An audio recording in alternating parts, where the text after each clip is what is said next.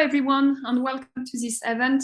For those who do not know me, my name is Anne-Gaëlle Salio. I'm an associate professor here at Duke, and I also direct the Center for French and Francophone Studies. And it's my great pleasure and honor to be relaunching the Center for French and Francophone Studies 2020-2022 season with this multilingual slam performance by the collective On a slamé sur la Lune with Slam on the Moon. And just a few words on organization. As usual, following the performance, there will be the opportunity to have some discussion, to share and you know, your impressions with the artist. And please also note that this event is being recorded. So that's also something you have to bear in mind. Before we start, I would also like to remind everyone, because I have to do it, that this event, like all events organized by the Center, are made only possible thanks to some institutional support, including funding from the Cultural Services of the French Embassy and the Office of the Dean of Arts and Sciences, the Office of Dean Ashby at Duke. So here we go. On a slamé sur la Lune is a collective of poets dedicated to creating dialogue between imaginaries and cultures, to democratizing literature under its various forms, and to making art accessible to a wide range of audiences. Today, we will have 3 artists slamming for us. The performance is going to feature Marc-Alexandre Obambe, Albert Morisseau Leroy, and as well Fred Ebami, as guests, I've been told. So slam poet and novelist Marc-Alexandre Obambe has published 8 books: ADN, Afrique, Diaspora, Négritude, Le Chant des Possibles, Résident de la République, De Terre, de Mer, d'Amour et de Fer, Dien Bien Phu, Sigi Mon Cœur, Fragments, and very recently, I think it was in 2020, Les Lumières d'Oujda. He's the founding member of the collective On a slamé sur la Lune and a chronicler for Africulture, Mediapart, and Le Nouveau Magazine Littéraire, among others, I believe. He regularly visits university and schools. I think in the US it's quite common for workshops. And in 2017, he had the honor of being nominated Chevalier de l'Ordre National du Mérite. He has been slamming throughout the world for all les êtres lunaires. Slam poet and digital artist Albert Morisseau Leroy is a member of the collective On a slamé sur la Lune, and his artistic approach joins that of popular education, enabling forms of cultural citizenship. He uses digital, visual, and sound tools to heighten the impact of poetry.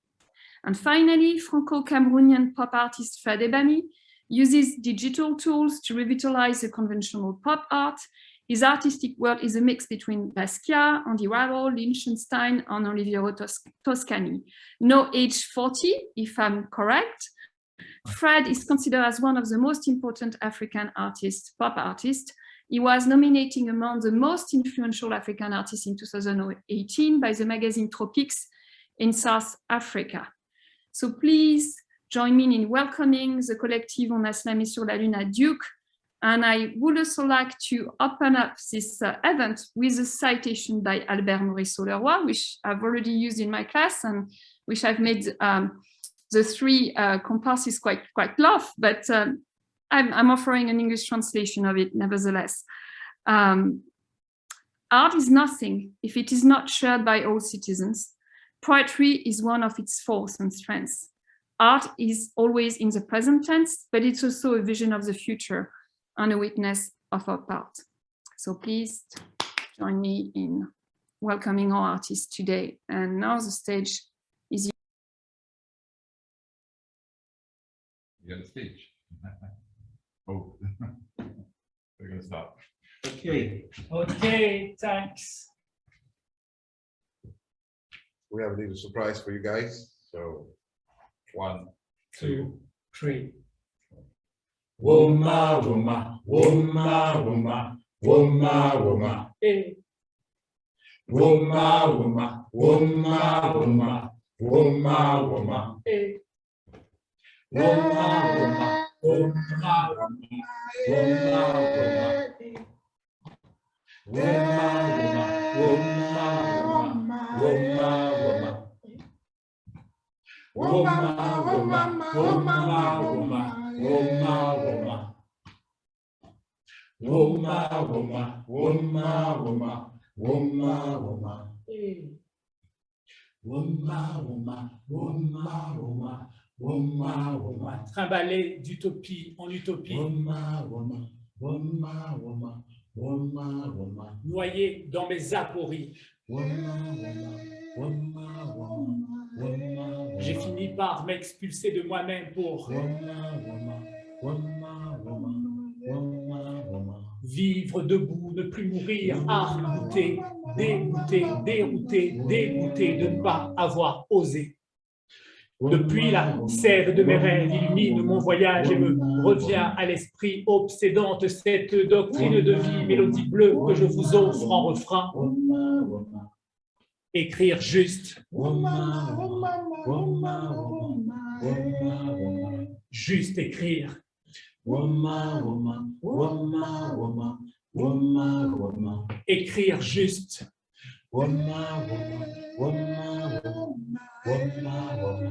juste écrire. Woma, woma. Woma, woma. Woma, woma. Écrire juste. Woma, woma. Woma, woma. Woma, woma. Juste écrire. Woma, woma.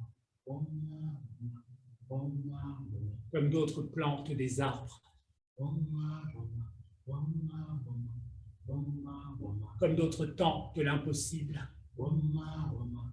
Woma, woma. Woma, woma. comme d'autres chantent les possibles, Woma, woma.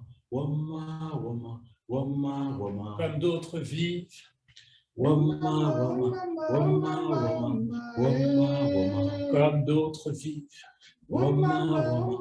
Woma, woma. Woma, woma. comme d'autres vivent, Woma, woma. Woma, woma. Woma, woma. afin que l'humain rallume enfin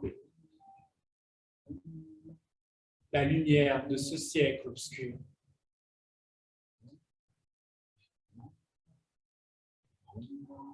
La lumière de ce siècle obscur.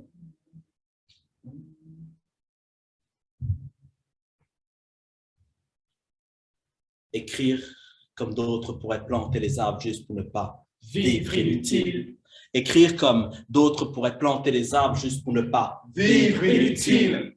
Écrire mes peines, mes joies, les tiennes et les siennes. Écrire juste ce que je vois pour qu'on me et les comprenne. Écrire à mes îles, à Afrique, mon Afrique, comme Morisseau, Césaire ou Senghor. Écrire pour tous ces hommes perdus et éparpillés dans ce nord. Crier l'espoir, la nostalgie, l'ambition. Parler au présent du passé, de nos futures actions. Se faire griot d'une autre histoire. Crier les non-droits de l'homme à travers les aventures d'être dits de l'homme. Seuls mes célèbres du bout du monde. Seules mes vues de tous sur inforealtv.net.sac.com. Car mon histoire, c'est la tienne, c'est la sienne et celle de tous réunis ici, car nous venons tous de ce même contexte qu'on appelle Droit de l'homme. J'écris pour toi, pour moi, pour nous, pour vous, eux et ou elle à la première, seconde, troisième personne singulier au pluriel. J'écris l'absurdité logique de ce monde qui nous rassemble. Que dis-je de ce monde qui trop souvent nous ressemble? Je ne cherche pas à faire naître la peine ni la haine. Je veux juste que ces quelques mots ne vous arrivent pas trop tard. Alors oui, réalisateur, je ne cherche pas d'Oscar. Je veux juste que ces quelques mots ne vous arrivent pas trop tard. Parce que des jours comme celui-ci, et des jours comme celui-ci, c'est une ambiance afro-jazz qui nous entraîne. Des jours comme celui-ci, c'est une ambiance afro-jazz qui nous entraîne. Des jours comme celui-ci, c'est une ambiance afro-jazz qui nous entraîne. Des jours comme celui-ci, c'est une ambiance afro-jazz qui nous entraîne. Et des jours comme celui-ci, c'est une ambiance afro-jazz qui nous entraîne. Une ambiance afro-jazz. Une ambiance afro-jazz. Une ambiance afro-jazz. Une ambiance afro-jazz.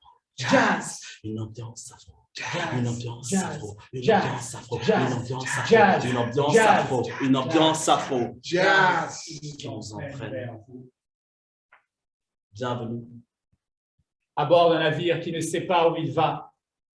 Welcome. La poésie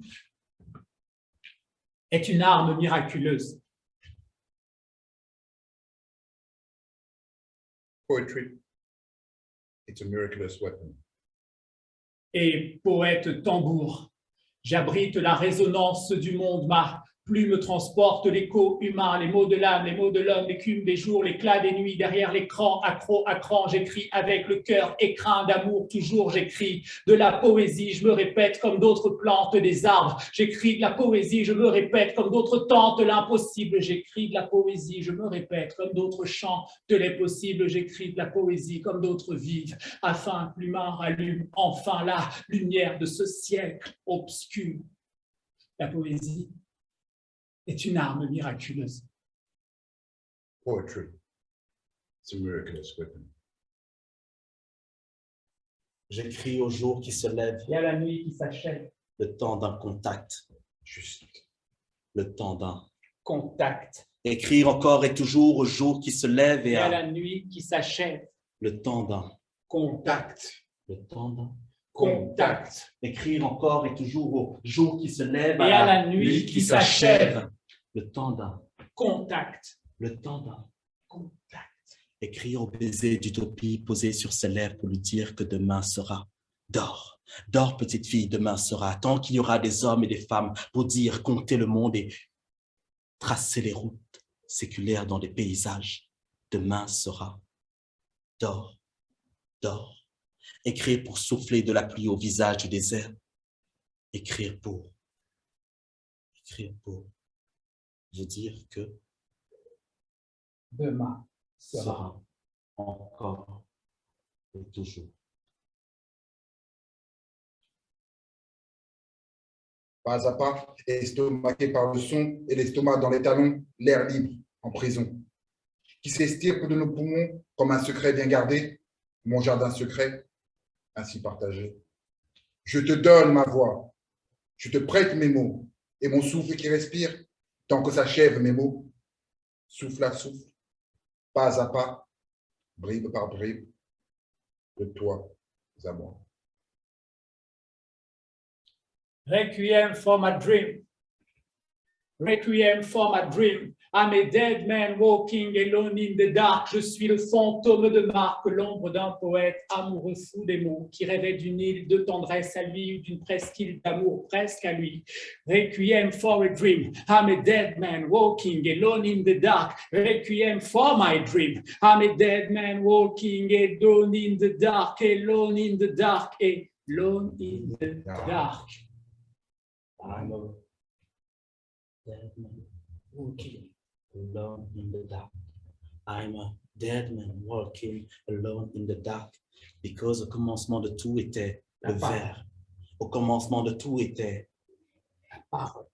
Au commencement de tout était la parole. Parce que je suis ce texte nul vierge écrit sans prétention. Manière avec dextérité, je frappe avec la force d'un viking. C'est le poids de quelques mots. J'emmène le nord au sud, l'est à l'ouest, Marc Aurèle, Pisistral, le Christ Mohamed, Bouddha de ses aides. Je fus le magique instrument. J'étais là au début, je suis là pendant. Transmets, transcrit, écrit et réécrit le passé et l'avenir en modifiant le présent.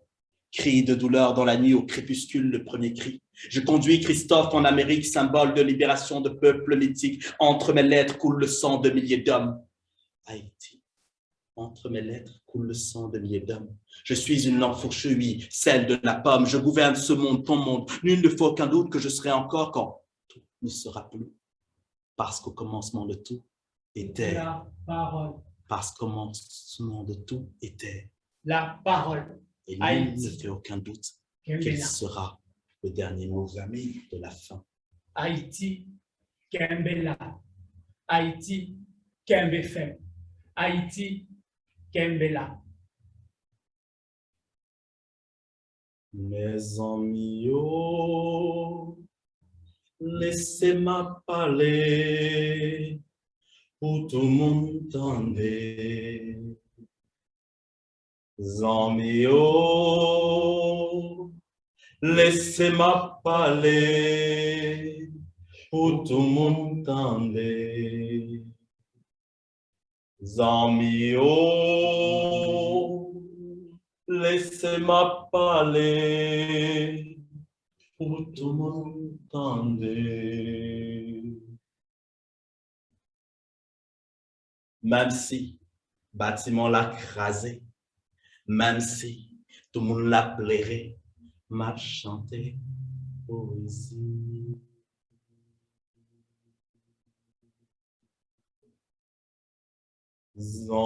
Zambio,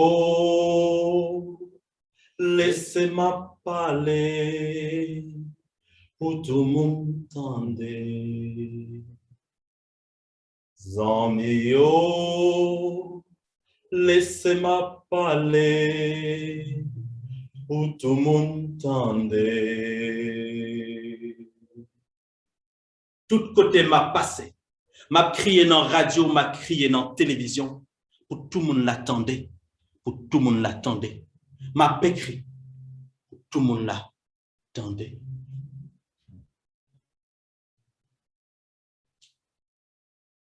J'ai embrassé Port-au-Prince, comme on embrasse un premier amour, un premier soir de saison des pluies.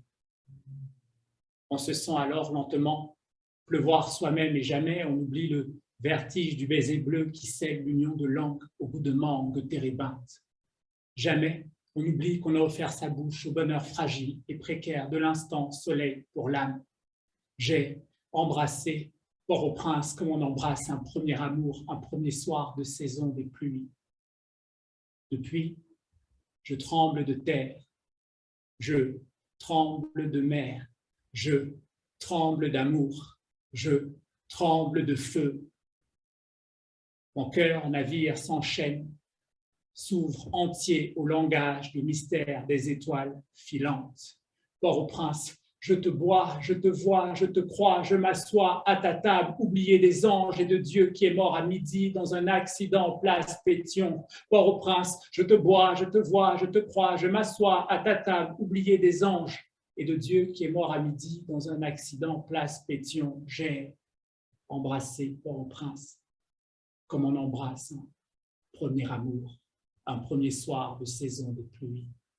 Haïti, Kembela. Haïti, Kembe Fem. Haïti, Kembela. Haïti, Kembe Fem. Haïti, Kembela. Haïti, Kembe Fem. Haïti, Kembela. Haïti, Kembe Fem. Zambio, laissez-moi parler, pour tout le monde tendait. Zambio, laissez-moi parler, pour tout le monde tendait.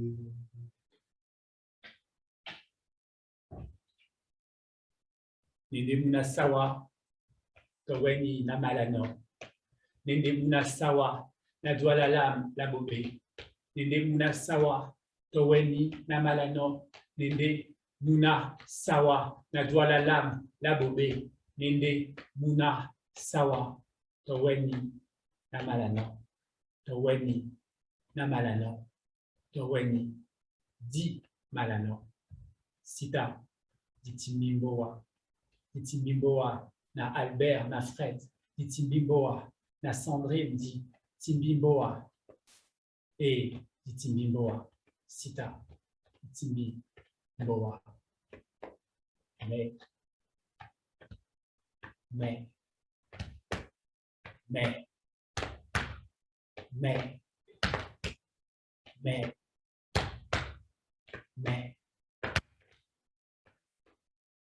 amis, Timbi, Boa.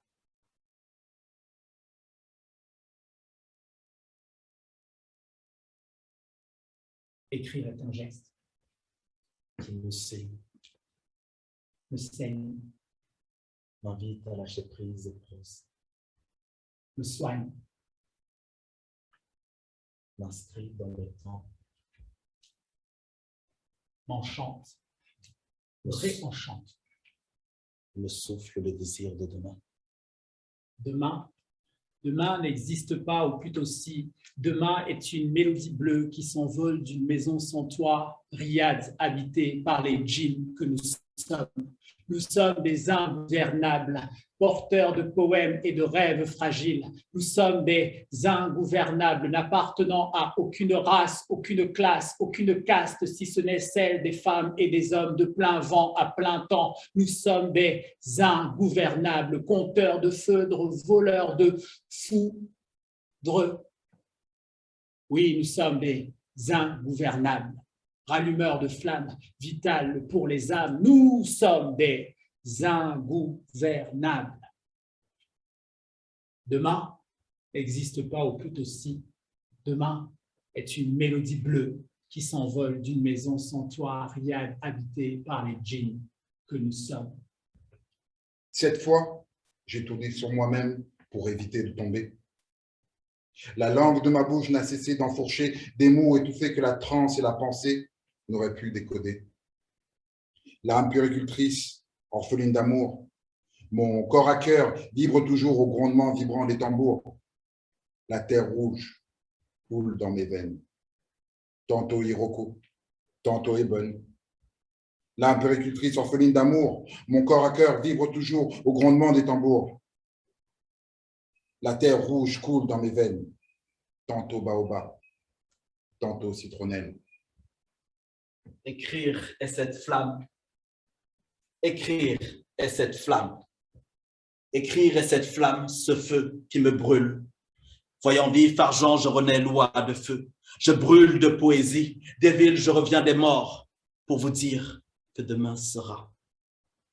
Demain sera. Oui, écrire est cette flamme. Écrire est ce geste qui vient vous dire encore et toujours que demain sera. Alors, conte-moi, Raconte-moi le cycle d'une vie. Pour chaque homme nouvelle, dis-moi combien de crépuscules. Conte-moi, raconte-moi le cycle d'une vie. Pour chaque homme nouvelle, dis-moi combien de crépuscules. Conte-moi, raconte-moi le cycle d'une vie. Pour chaque homme nouvelle, dis-moi combien de crépuscules. Conte-moi, raconte-moi le cycle d'une vie. Pour chaque homme nouvelle, dis-moi combien de crépuscules. Conte-moi, raconte-moi le cycle d'une vie. Pour chaque homme nouvelle, dis-moi combien de crépuscules. Conte-moi, raconte-moi le cycle d'une vie. Pour chaque homme nouvelle, dis-moi combien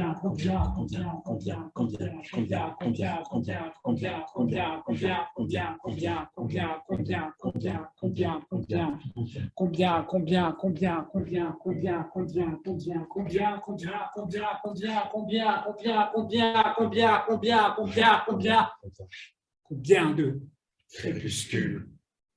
Souvenir d'été coincé dans ma gorge, souvenir d'hiver fondu entre mes doigts. Souvenir d'une saison noire et sèche, souvenir d'une saison pluvieuse et sauvage. Souvenir ce regard des futuries de son reflet diffus.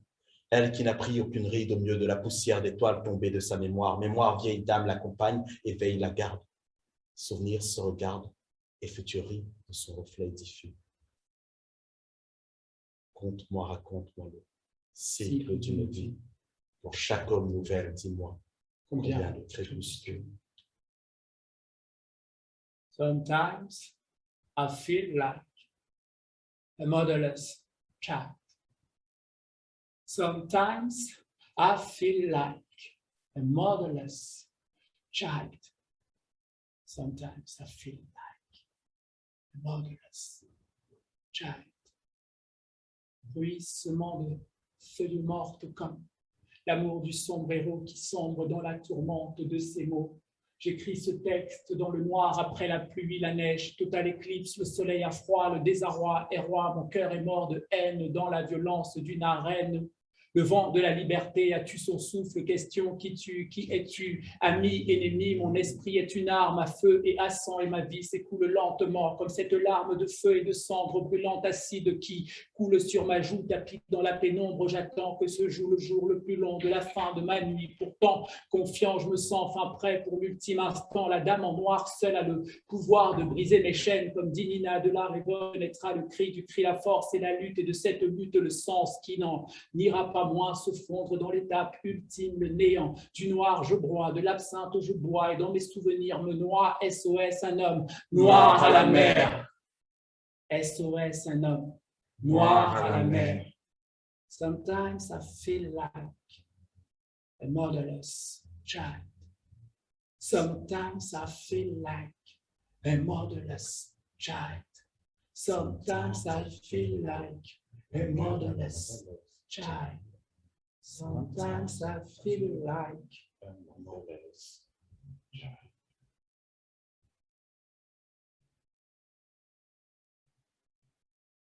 La première fois que je me suis suicidé, j'avais 20 ans. La poésie m'a ressuscité. Poetry is a weapon. Entendez-vous cette musique? Entendez-vous cette musique? C'est les notes du vent et du vide qui lancent le bal des émotions, parcourent le temps et l'univers en quête d'effervescence, caressent nos corps et sur nos pores, souffle le vent du désespoir, les frissons d'un monde, ceux d'un autre monde dont se moque notre monde. Entendez-vous ce cri? Celui d'un vent qui pleure la fin d'une bouche trop pleine d'horreur pour vous parler, du blues qui fond sous les doigts d'un musicien raccrochant cette âme de poète à des cris que moi seul peux entendre. Ils se battent pour leurs mots. Mes mots, les coupes, entrecoupes pour en construire des plus fous. Ils en font un rubicube verbal de mots chétifs, mots d'amour pas trop courts. Des mots d'amour pas trop courts. Des Mozart sous les doigts d'artistes. Des Mozart sous les doigts d'artistes. Oui, mais nos mots feront combien de fois le tour du monde avant d'en voûter vos jeans? Nos mots feront combien de fois le tour de l'univers avant de prendre possession de vos corps? Nos mots feront combien de fois le tour de votre campus avant d'en voûter vos âmes? Entendez-vous cette musique? C'est les notes du vent et du vide, le bruissement du monde, les cris du silence. Poetry is a weapon. La poésie est une arme. Chargée de futur. Charge. The future. Elle tire droit. Elle vise le cœur. Sans courbure.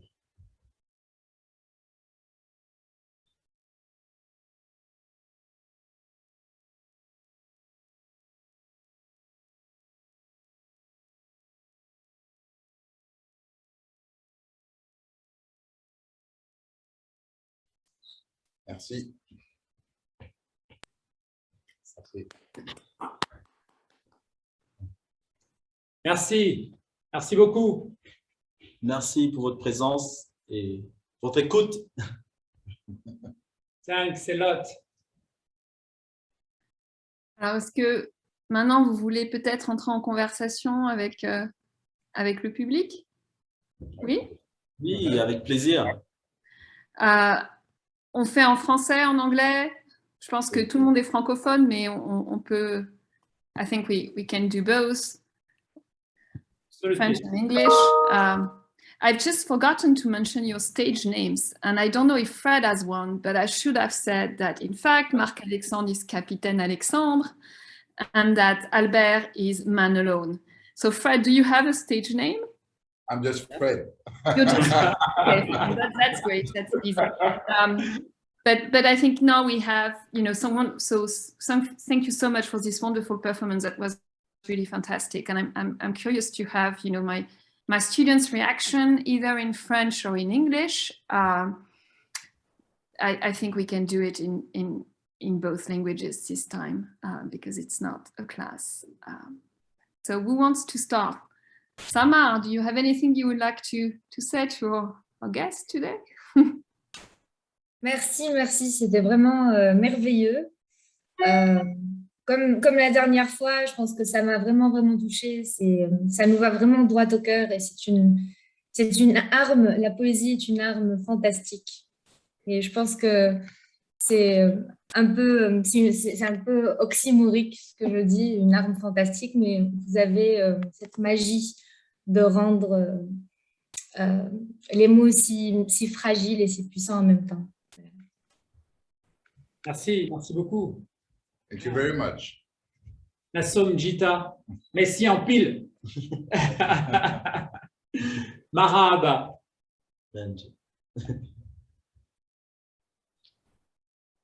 Ah, on ne vous Je entend vois pas. que Felwin nous a rejoint. Donc, Ah, après Bangladesh. Magnifique.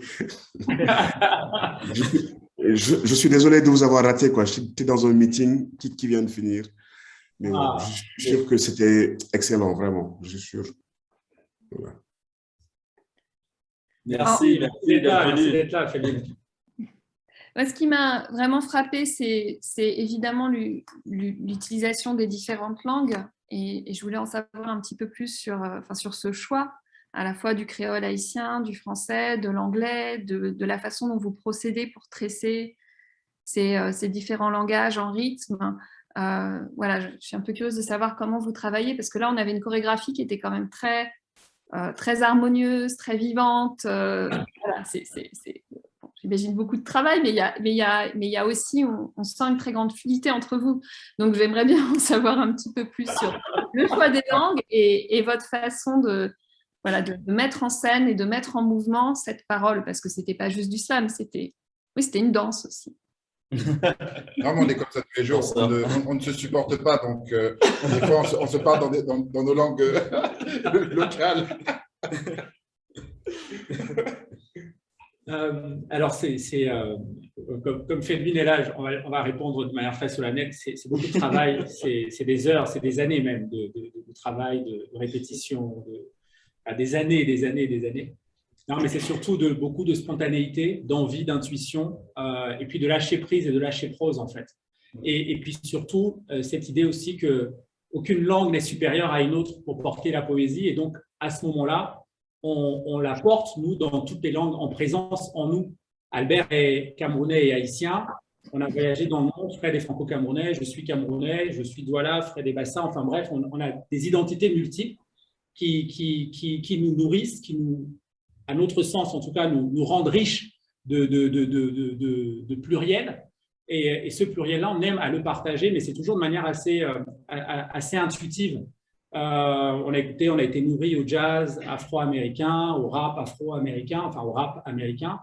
On a lu des poésies et des poèmes classiques. Enfin voilà, et tout ça, à un moment donné, ça circule en nous. Et quand on écrit, et surtout quand on dit, parce que c'est encore autre chose, quand on dit, on aime bien l'idée de dire dans toutes les langues en présence en nous. Et chaque fois qu'on voyage dans le monde, quand on était en tournée au Brésil, on essaye de revenir avec des mots nouveaux, des sonorités nouvelles, et d'enrichir des textes de couleurs d'ailleurs, en fait, qui sont finalement des couleurs d'ici, puisqu'on écrit à partir du cœur et qu'on voyage aussi à partir du cœur. Et donc là, le choix des langues a plus été une évidence. Il y avait du Douala aussi, parce que j'ai slamé en Douala, qui est ma langue maternelle. Mais c'est arrivé comme ça, de manière évidente. On ne l'avait pas prévu au départ, mais quand Albert s'est mis à chanter en créole haïtien, il a réveillé quelque chose en moi où j'ai eu envie de dire en Douala. Et puis on a juste laissé circuler comme ça l'énergie du mot. Et peu importe la langue dans laquelle le mot venait, on le laissait surgir en fait. Parce que comme dit René Char, parfois les mots savent de nous des choses que nous ignorons d'eux. Et puis quand les mots viennent en anglais, ben on les accueille en anglais. Quand ils viennent en tunisien, on les accueille enfin, je dis ça comme ça pour faire sourire notre amie ici présente. Et quand ils viennent en Douala et en créole haïtien, on les accueille aussi comme ça. Donc, il n'y a pas de travail de réflexion au départ, il y a plus une intuition et l'idée de se faire confiance et de faire confiance aux mots eux-mêmes, en fait. Enfin, je ne sais pas si j'ai répondu à… Oui, je trouve que tu as parfaitement répondu à cette question. Merci. Dans cette dissertation. Merci beaucoup. Merci. Mais oui, c'est vraiment ça en fait. Après, si on veut rajouter une chose, c'est aussi l'idée que lorsqu'on décide d'écrire, qu'importe la langue qu'on choisit en fait, les mots nous viennent des fois dans une langue, dans un son, dans un rythme qu'on n'a pas choisi. Et finalement, ce son on doit l'exploiter, on doit l'utiliser. Parce que quelquefois, certains mots sont compliqués à traduire dans une autre langue. Il est important de les dire dans la langue telle qu'on le ressent à ce moment-là. En fait, c'est une émotion qu'on ne peut pas forcément transposer directement d'un point de vue littéraire dans une autre langue, en fait. Pour ça, et la poésie a cette force-là, justement, de pouvoir réaliser cette transposition-là sans qu'on ne traduise le mot, justement. Parce qu'elle nous emmène et en fait, elle invite tout simplement les autres à rentrer et à suivre la barque, à suivre le chemin et à saisir l'émotion du mot et donc de comprendre quelque part le mot.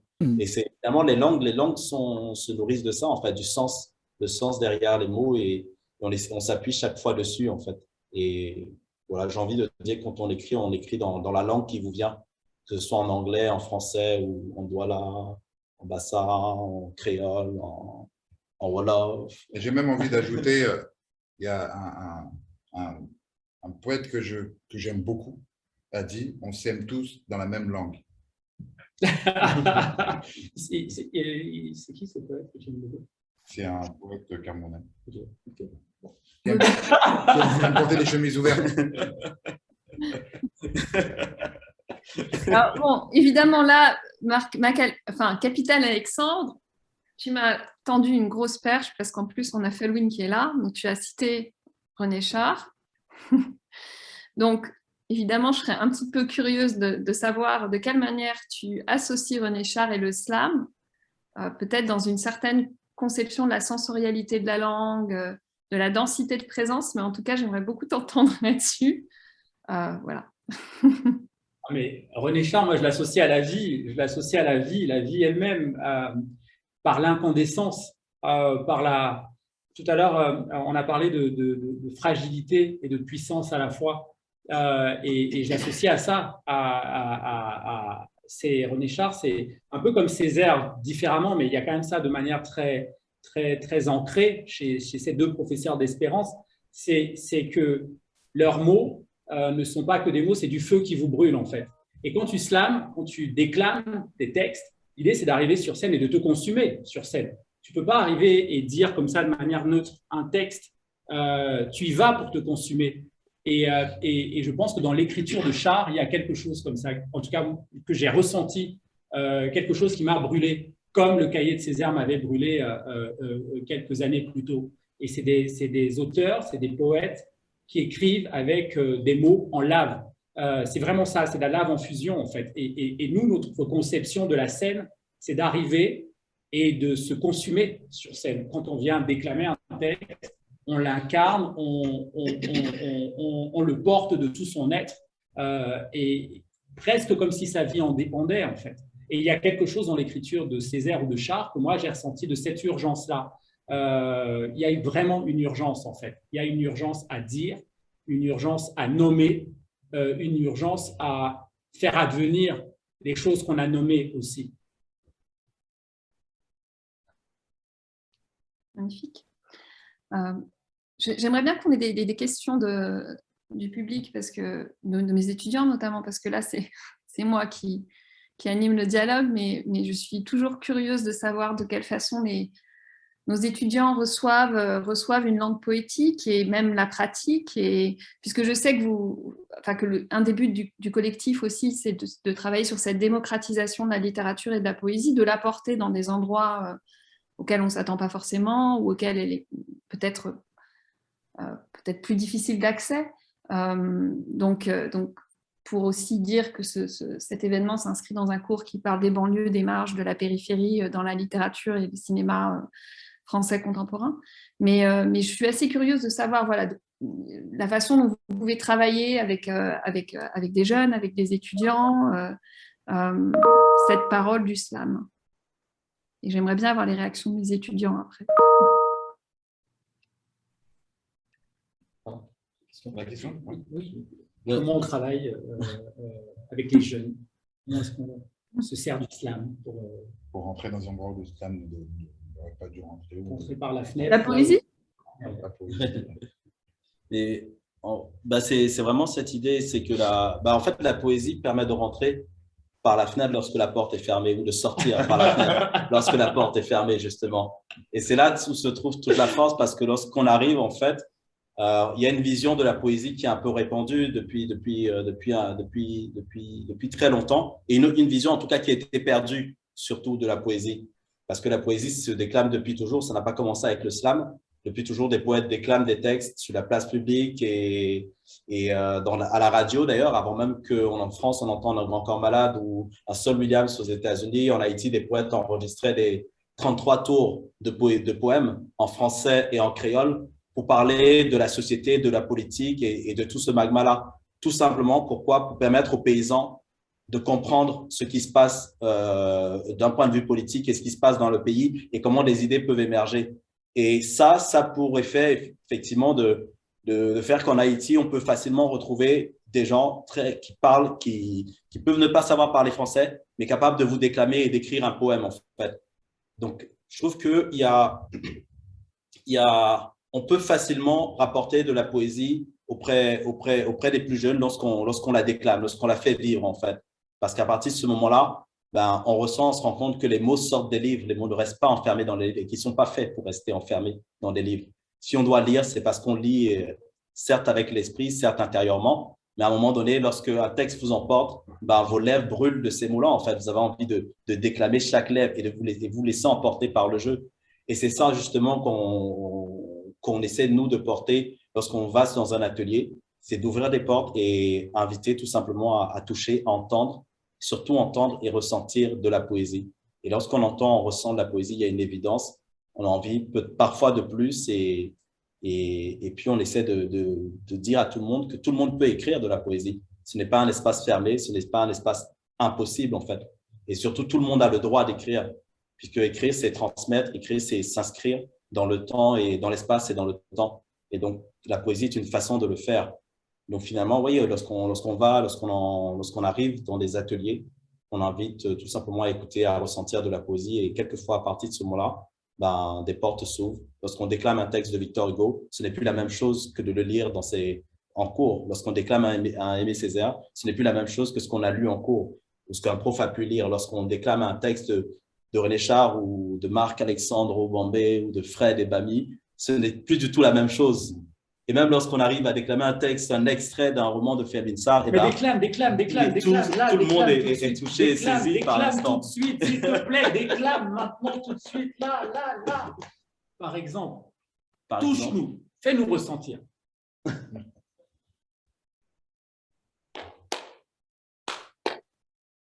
Écrire de la poésie comme d'autres plantent les arbres juste pour ne pas vivre inutile.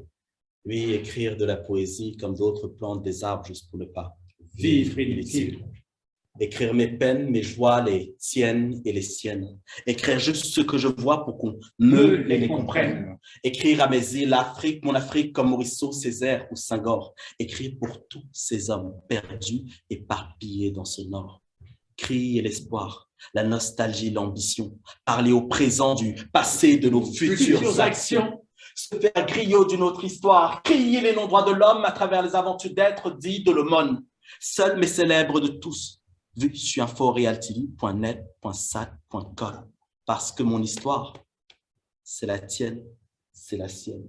Et celle de tous réunis ici, car nous venons tous de ce même contexte qu'on appelle droit de l'homme.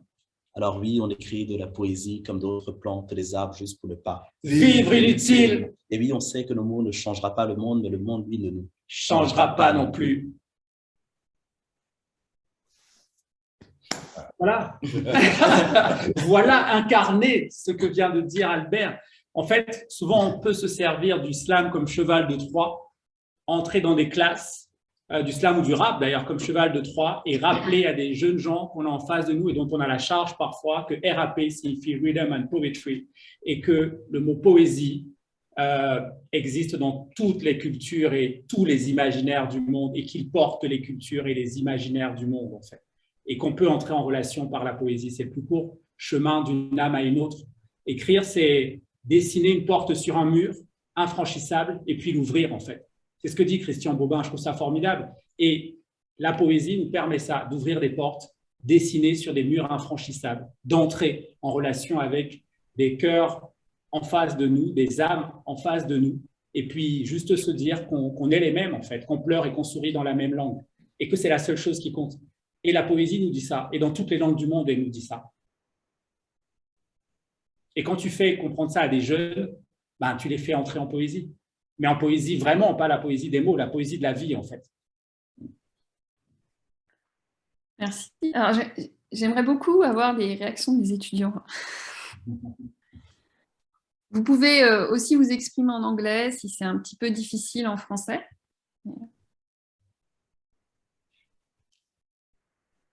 On va voir qui va peut-être essayer de se lancer.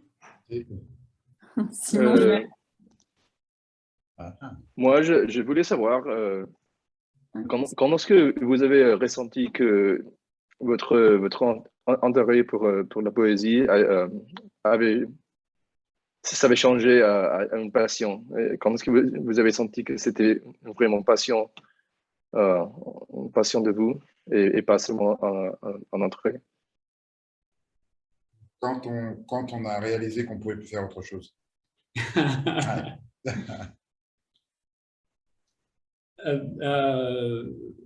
Assez tôt, en fait. Assez tôt.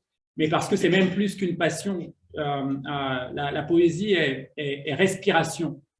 Et dans un monde dans lequel on asphyxie, dans un monde dans lequel on a du mal à respirer comme ça parfois, la poésie, elle est oxygène. Elle empêche de se noyer en mots troubles. Et donc, comme on veut respirer, on a la poésie et on ne peut pas faire sans. Donc, c'est surtout ça, je pense. Alors, je parle pour moi, Albert va répondre aussi. Mais pour moi, c'est d'abord ça, c'est qu'on ne peut pas faire sans. Parfois, tu peux abandonner une passion et y revenir plus tard. Mais nous, c'est même pas possible d'abandonner parce que si tu l'abandonnes, tu meurs en fait. Il y a vraiment quelque chose d'une respiration, de quelque chose qui aide à tenir debout dans la vie, à rester digne, à rester en phase et en phrase avec soi-même. En fait, vous avez répondu, en fait, c'est vraiment ça. C'est la question du souffle de vie, en fait. C'est qu'il y a cet instant où tu prends peut-être conscience, en tout cas, tu ne prends pas conscience, surtout tu ressens que ton souffle de vie passe par là, en fait. Et puisque la poésie appelle aux émotions et qu'on est des êtres d'émotions, et que tu as besoin de t'exprimer, pour moi, ça a été aussi l'espace où je pouvais réagir au monde qui m'entoure. Une façon de, comme dirait Césaire, de ne pas rester dans l'attitude stérile du spectateur. Mais voilà, plutôt, je n'avais pas cette phrase-là. Pour moi, c'était une façon de réagir à ce qu'il y avait autour de moi. Parce que peut-être tu n'as pas la parole, parce que tu n'es pas politicien, parce que tu n'as pas tel ou tel autre cadre, position dans la société. Finalement, la poésie t'offre cet espace-là de réagir au monde qui t'entoure et surtout, et encore d'aller plus loin même d'ailleurs, de dessiner le monde que tu voudrais voir. Et c'est du coup un espace de tous les possibles. Et quand tu as un espace de tous les possibles, en fait, tu y vas à pied, tu es libéré de tout en fait. Quand bien même la société peut mettre des carcans et des barrières, tu as un monde où tu as une totale liberté de décider ce qui peut être, ce qui ne peut pas être, ce qui était, ce qui va devenir, d'aller chercher dans le passé, de te plonger vers le futur. Voilà. Et c'est pour ça que j'aime beaucoup utiliser cette phrase où je pense que la poésie, voilà, c'est écrire au passé, écrire au présent le passé de nos futures actions. C'est comment est-ce qu'on fait cet aller-retour pour questionner aujourd'hui et peut-être mieux voir demain, justement. Et ben, si on a cette possibilité-là, s'il y a quelque chose qui nous permet de le faire, ben, en fait, j'ai envie de saisir cette chose et de cheminer avec, en fait, et de construire plein de choses avec. Et c'est vraiment ça, c'est l'instant où, comme Fred le disait, tu sais que tu ne peux pas faire sans et tu ne peux pas vivre sans, que tu sais que ta respiration passe par là, que si on t'enlève ton expression, l'espace d'expression, tu n'es plus et tu t'éteins, ta conscience est dissoute, tes choix redeviennent reconditionnés, impactés, voilà. Et comme tu ne veux pas de cela, ben, tu écris, et tu partages surtout, parce que d'autres ont besoin d'entendre les bruits du monde, au-delà de chez toi, au-delà de ta feuille. And the revolution will not be televised. Merci beaucoup. Samar, vous voulez Merci. ajouter quelque chose ou pas? Parce que on a aussi une jeune poétesse, alors.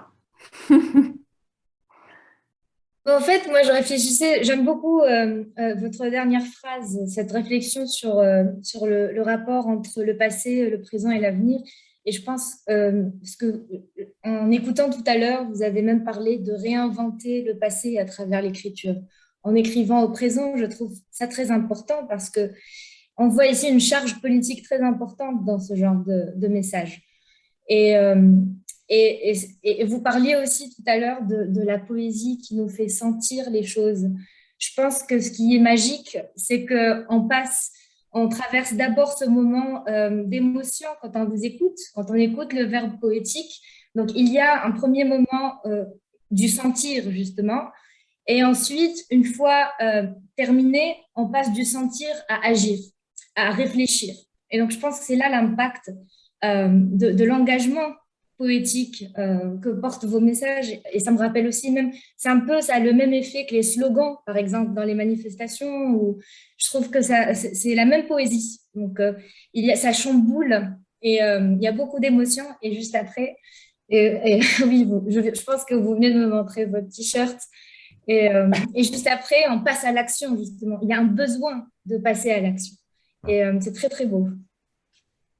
Non, mais c'est génial parce que moi, j'ai habité la poésie visuelle et quand je montrais mon t-shirt, c'était aussi une façon de dire la poésie, de dire des choses, de donner des émotions. Et cette poésie, elle est multiple, elle est partout. Elle peut être à l'écriture, elle peut être à la musique, elle peut être au visuel. Et que ces jeunes, justement, se rendent compte de ça, qu'ils peuvent utiliser la poésie partout. Ils l'ont en eux. Il faut juste la sortir de là où elle s'est cachée.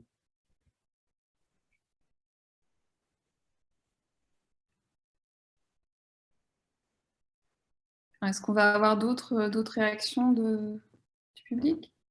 Je pense qu'on a aussi une collègue qui est spécialiste de rap, Karine, qui est là. Ah, il y a quelqu'un qui... Abi, d'accord. Alors, Oui, Abi. est-ce que vous pouvez parler plus sur votre processus de créer votre poésie et all of your work? How do you create it? How do you guys get together? Do you work? Est-ce que vous travaillez séparément ou est-ce que vous venez ensemble et you have ideas bouncing off each other? How does that work? You want to start or you want me to start? Start. Okay. The way the process of the creative mind we have. First, before being a collective, we work on our own because we have our own how can I say that? Our own bubble.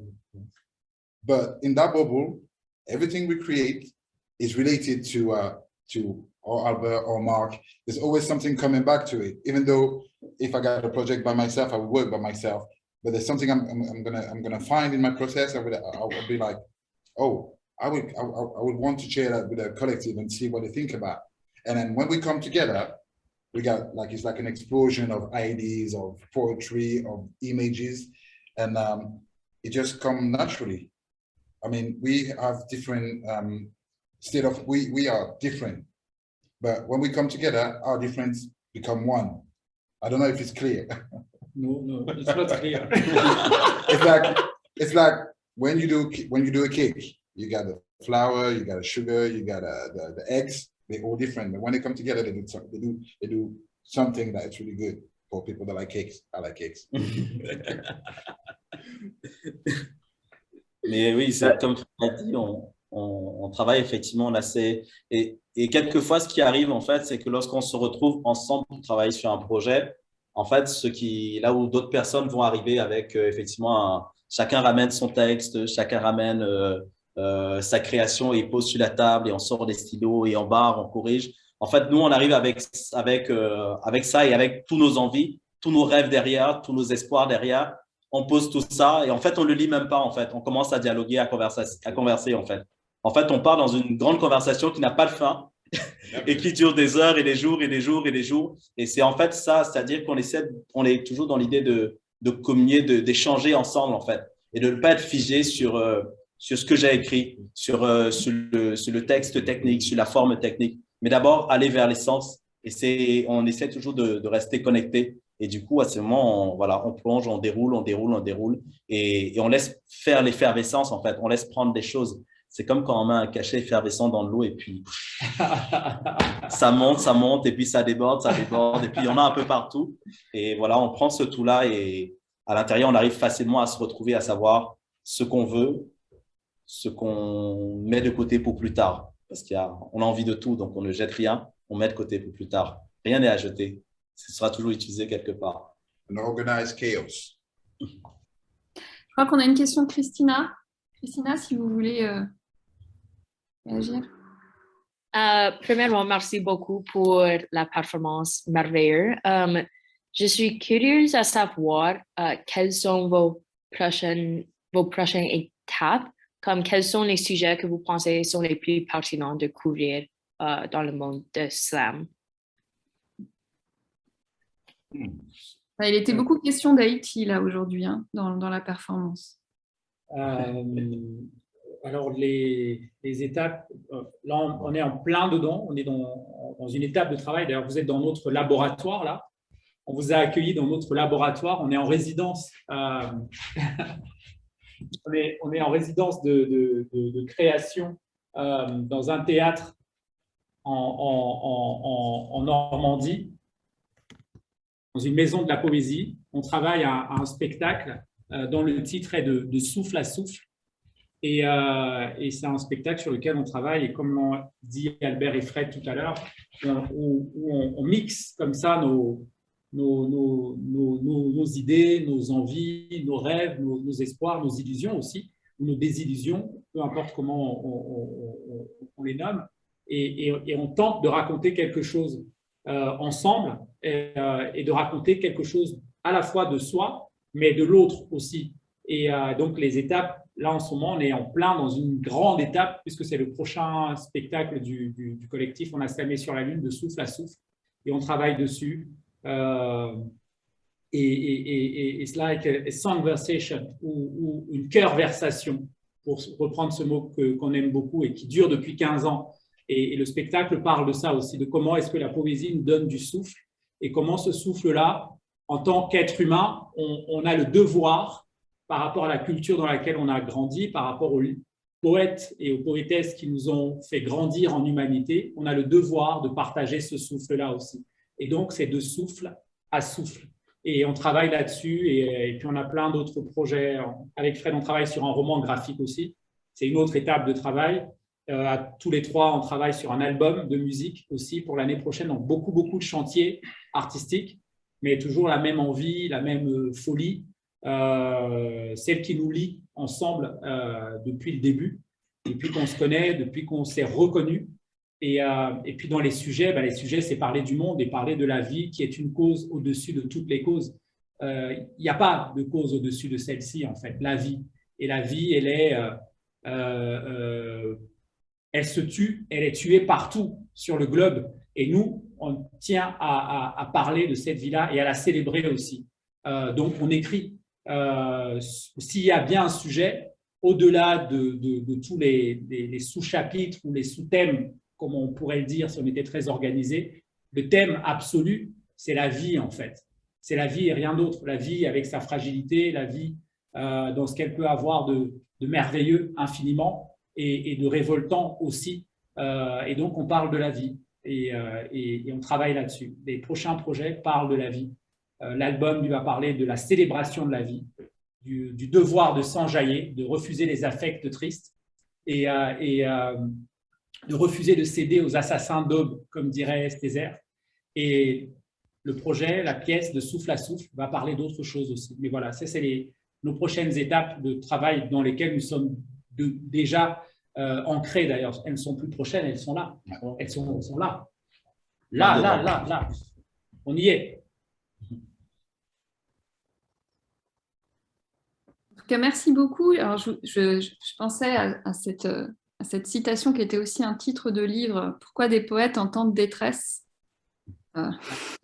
Félicitations de Caroline.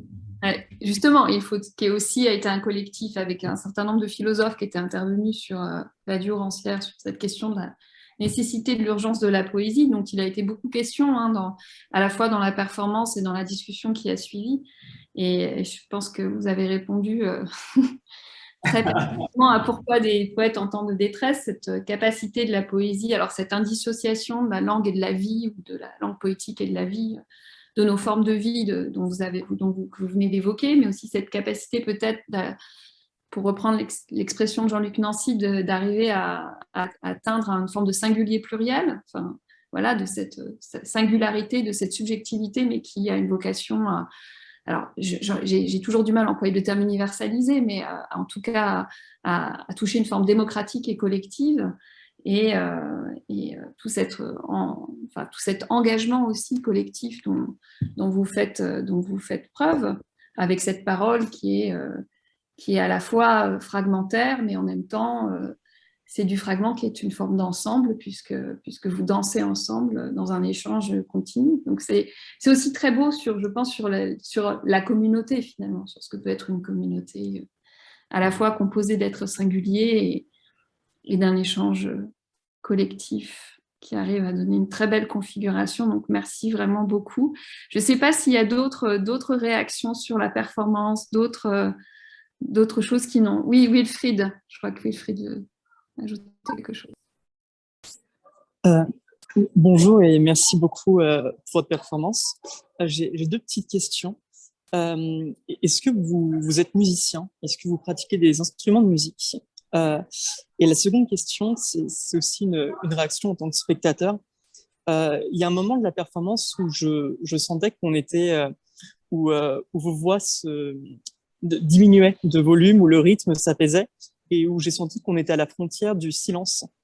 Quel est votre rapport en fait avec l'absence de mots, avec le vide, avec le silence? Merci pour ces questions. Si tu veux... Moi, je trouve que le silence, c'est souvent la plus belle des musiques. C'est une phrase qui est totalement juste d'ailleurs, et qui est profondément juste, parce que le silence dit même pas des fois, dit beaucoup plus en fait, parce que c'est une émotion. Faire silence, c'est une émotion, c'est une façon de réagir, c'est une façon d'être, et le silence fait partie aussi d'une respiration. Et comme en musique, justement, il y a ces silences-là qui invitent à la respiration, au temps de pause, et puis qui est des fois chronométré, calibré. Et justement, lorsqu'on écrit, comme lorsqu'on dit, comme même quand on écrit, il y a des temps de silence. C'est-à-dire que le silence, des fois, s'impose lorsqu'on écrit, et lorsqu'on a envie de dire et de porter un texte aussi, le silence vient aussi quelquefois s'imposer, parce qu'on n'a pas toujours juste parce qu'on a besoin de respirer, le corps physique a besoin de respirer, mais peut-être parce que aussi le texte nous demande une respiration. Et quelquefois, lorsque le corps physique a besoin de respirer, lorsqu'on déclame un texte, c'est tout simplement parce que finalement, le corps lui-même c'est mêlé à l'émotion qu'on avait. Il y a une fusion entre les deux, on est tellement monté, on est tellement allé loin qu'on a besoin de... En fait, les deux viennent s'associer pour marquer cette urgence, ce besoin de redescendre avant de repartir, de mieux repartir justement. Et en tout cas, pour nous, le silence a sa place. Il a une place complète et totale. On ne le choisit pas toujours, pas forcément. On le laisse venir en fait. De la même manière que les mots, le rythme, le souffle d'un texte, il faut, en tout cas, je pense, le laisser venir. Entendre ce que vous dit le texte plutôt que quelquefois de juste déclamer le texte comme ça. C'est entendre aussi ses propres mots et entendre comment les mots résonnent en soi. Résonnent en soi avec son corps, avec ses émotions, entendre tout à l'intérieur bouger et laisser le corps être caisse de résonance du texte. Et à ce moment, le silence parfois va s'imposer et quelquefois vous allez être plutôt complètement électrique et complètement énervé aussi. Et pour la musique, la poésie est une musique. Donc, on est musicien quelque part finalement. Écrire de la poésie, slammer, déclamer, c'est déjà de la musique. Voilà. Donc, et Marc joue de la guitare. Il joue du saxo. Je prends des cours de saxophone et Marc joue de la guitare. Et pour compléter ce qui a été dit et répondre à tes questions, oui, Albert a raison, la poésie est musique de mots, rythme, tempo. Donc, on est musicien. Voilà. Nous, on est musiciens. Et puis, effectivement, musiciens aussi par les instruments auxquels on s'applique, auquel on rêve de jouer merveilleusement un jour quand on sera grand. Et pour répondre à l'autre question sur le silence, seul le silence permet d'écouter la prose de son âme. Tu ne peux pas écrire si tu ne peux pas sortir de la frénésie et faire silence en toi. C'est impossible d'écrire. Le silence permet d'écouter la prose de son âme. Et quand tu rends un texte, quand tu portes un texte, le silence qui était la genèse de ce texte-là, il est normal et assez naturel qu'à un moment donné, il revienne dans la partie poétique à un moment donné, ne serait-ce que pour que tu puisses respirer et inviter celui ou celles et ceux qui écoutent à respirer avec toi les mots que tu es en train de leur offrir, en fait.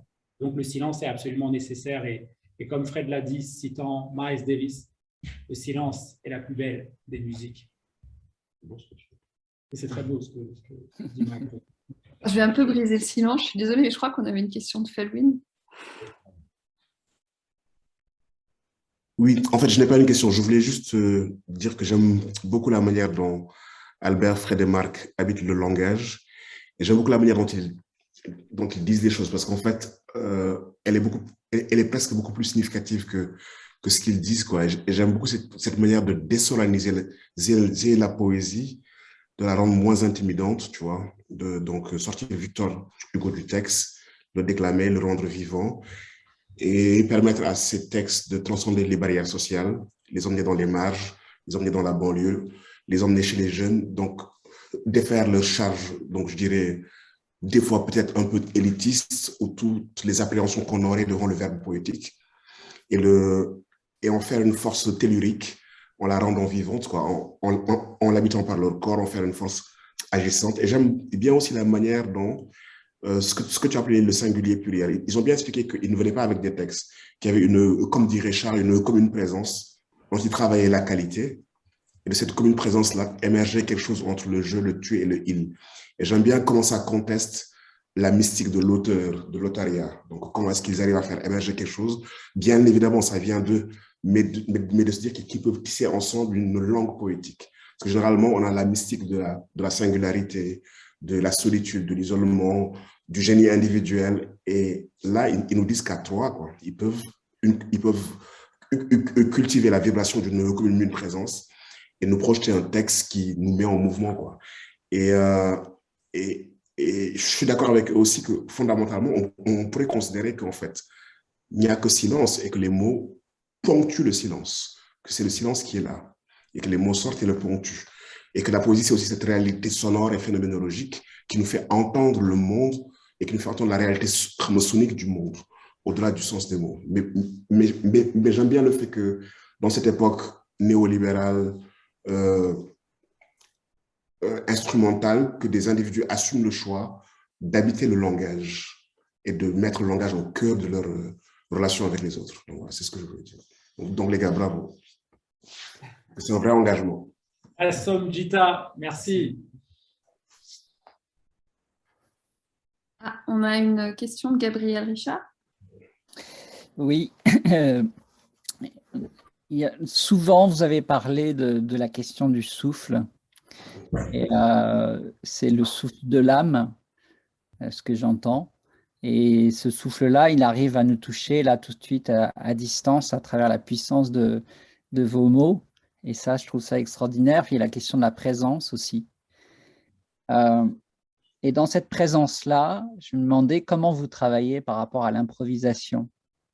Parce qu'à la fois, il y a toutes les références, il y a tout le travail, tout ce que vous faites, chacun avec la bubble, comme vous disiez tout à l'heure.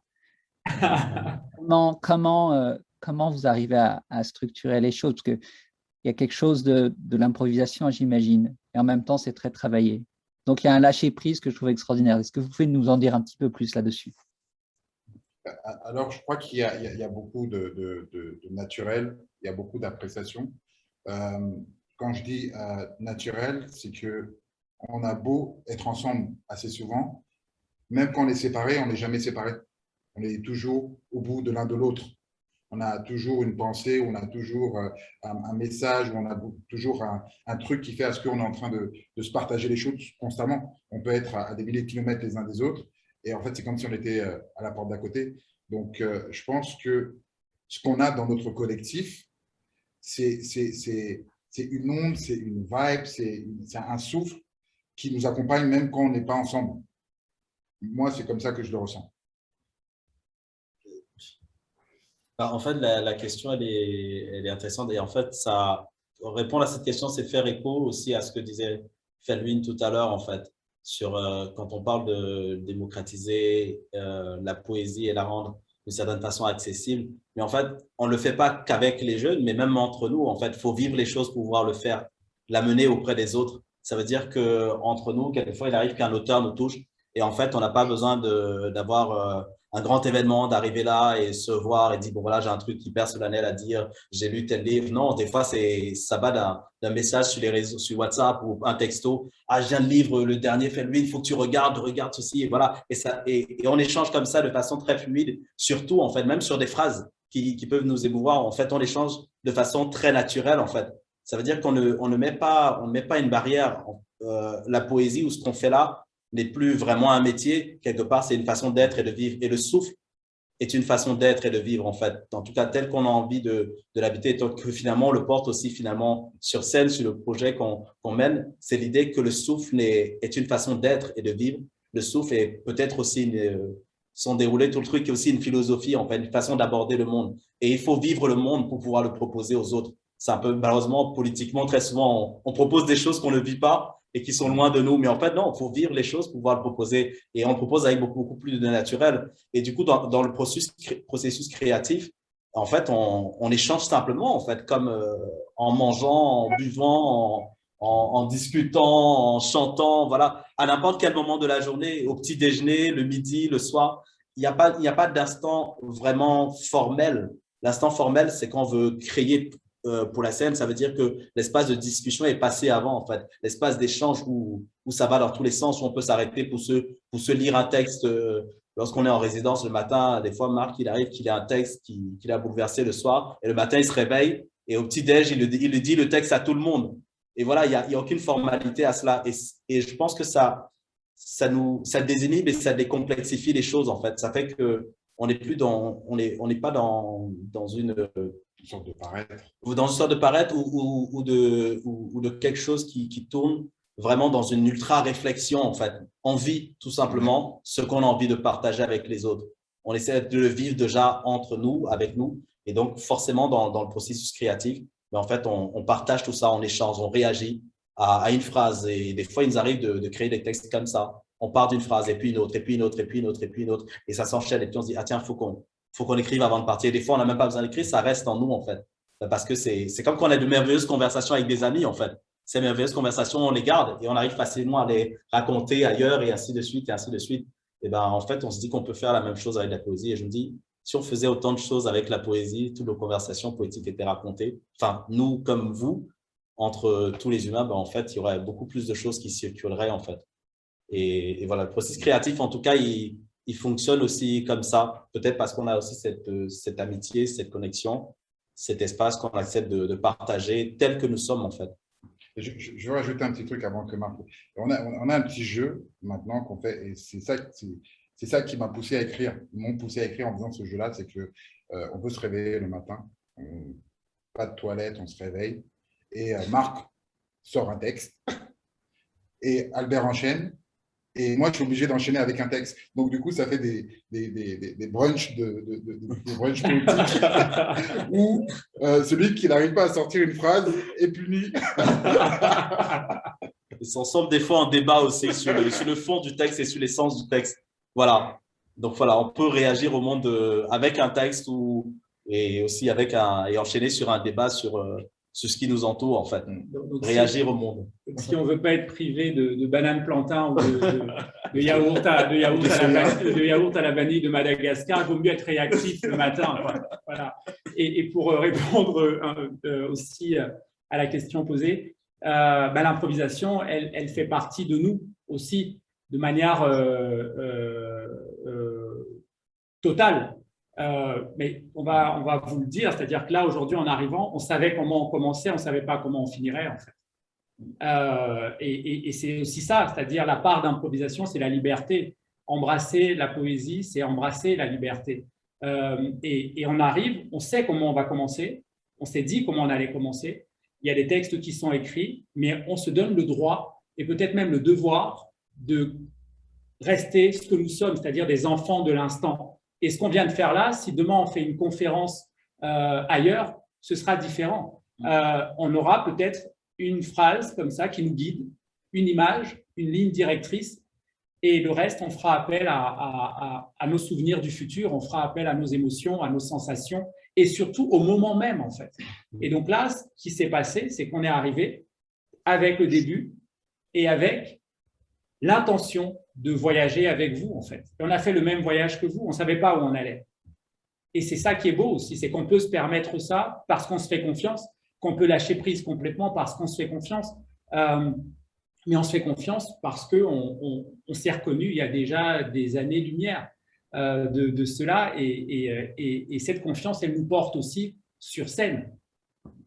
On sait qu'il ne peut rien nous arriver, en fait. Quand on est comme ça ensemble, il ne peut absolument rien nous arriver. Et alors, est-ce que vous avez déjà fait des expériences partagées là, par exemple, l'improvisation, on est tous par Zoom, là, on pourrait tous s'y mettre. Oh. Ils l'ont fait avec les étudiants. Hein. En live, en impro, c'est ça? En impro, c'est ça? Ouais, quelque chose comme ça. Ouais. Nous ou avec vous aussi? Tout le monde. Tout le monde. Faut terminer là-dessus. Voilà. OK. Alors, on part avec le direct, comme on a fait la dernière fois. Comme vous voulez, je ne sais pas. On peut changer. On peut, puisqu'on a tous vécu le même moment, on peut poser la question, cette question douce et brutale à la fois, à quoi sert la poésie? Et chacun va y répondre par une phrase qui sera un vers étincelle et ce sera un bouquet de mots tressés ensemble. Nous, on pose la question, chacun de vous y répond et nous, on y répond pour conclure. Est-ce que ça vous va? Yes. Yes. Yes. Let's go. À quoi sert la poésie? À rien et à tout. À quoi sert la poésie? À rien et à tout. À quoi sert la poésie? À rien et à tout. À vous. À vivre. À quoi sert la poésie? À naître, à oser, à avoir trop chaud, trop froid, à porter le soleil sur son dos. À quoi sert la poésie? C'est une tranchée de mots qui m'abrite et qui soigne. À quoi sert la poésie? À aimer faire corps avec le vent. À quoi sert la poésie?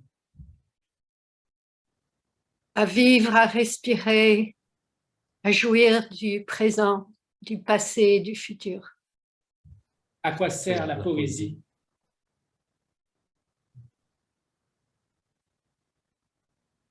À envoûter la vie ici et maintenant.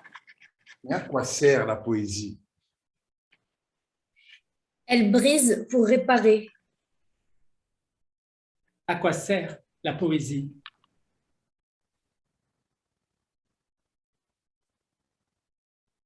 À s'exprimer et à convaincre. À quoi sert la poésie?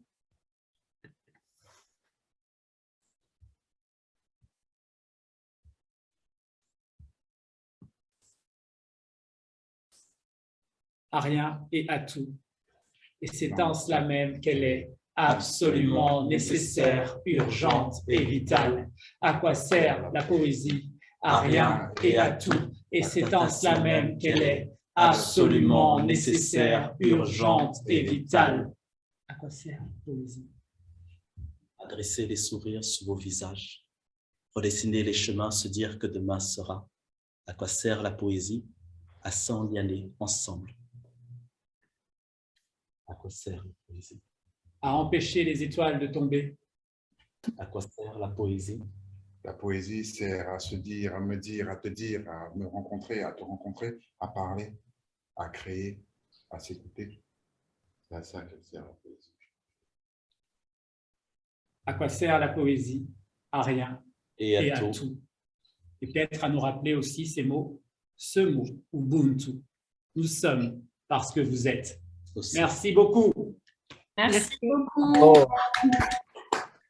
Merci beaucoup, capitaine Alexandre, Manolo et Fred. Et Merci beaucoup. à une prochaine fois, peut-être.